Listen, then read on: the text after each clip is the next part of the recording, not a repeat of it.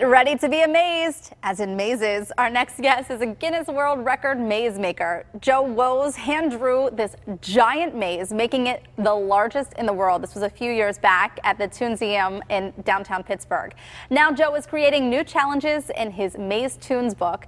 Joe is here to tell us about his latest book coming out this Saturday. We want to welcome Joe. Good morning. Good morning. Thanks for having me. So this is really like your life's work, right? It really is. I started drawing mazes when I was just a little kid, and after I left the Toonseum, I was looking for what am I going to do next, and I returned to mazes, and it's just been wonderful. It's been a great experience. So seeing some of your work too, I feel like I'm looking inside your brain.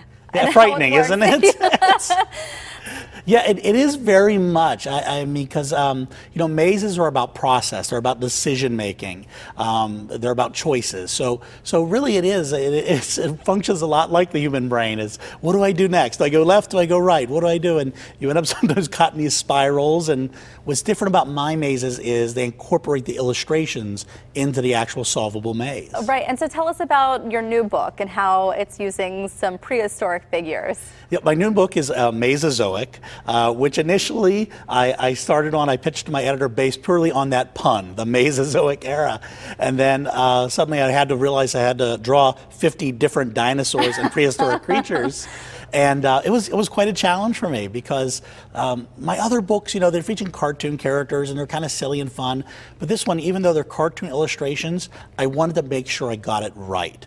So I spent a lot of time at museums, really sketching and learning about the dinosaurs. And you know, the most frightening thing in the world is having a 7-year-old boy come up and correct you and tell you put the wrong number of fingers on a T-Rex. So I was very careful and methodical on this one. So you did your homework. I sure did. So what is the biggest challenge in creating a maze? Because I've done these, I mean, especially now that my kids are ordering off the kids menu, I see the mazes Yes. on the menus. But what is the biggest challenge when you're creating something like this? When you're creating this, it's really the biggest challenge is coming up with that first idea of the illustration for me. Once I come up with that, then I sort of build the maze around that.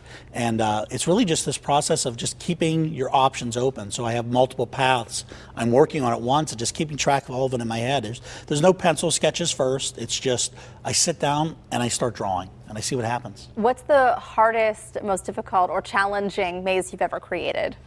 Probably the record-setting maze. It was 4 feet high by 36 feet long.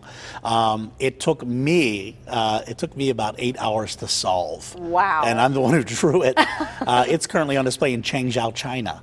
That's so interesting. A company in China bought it. And you used a pencil, obviously, during your 8 hours of trying to solve it? I actually had to trace through with a wipe-off marker. I had plastic over top, traced over. So. And this is your third book, third maze book, I should say. This is my third maze book. Yes, this is my third maze book. So it's very exciting.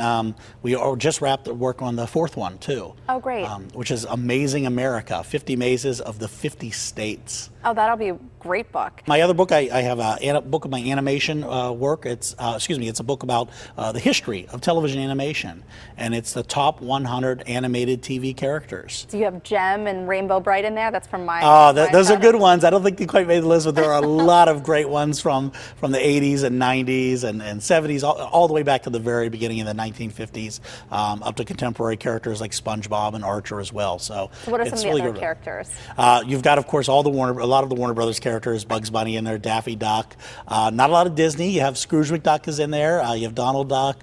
You have characters like Skeletor. A lot of great villainous characters because they're so well written and they're so well developed. So it's really there's something for everybody in that book. And what about your new cartoon series? You're just such a busy guy. I try to keep busy. I have a syndicated feature, appears in newspapers all over the world now. Actually, we just got picked up in Sydney, Australia, which was just such a delight. And it's a different maze every single day.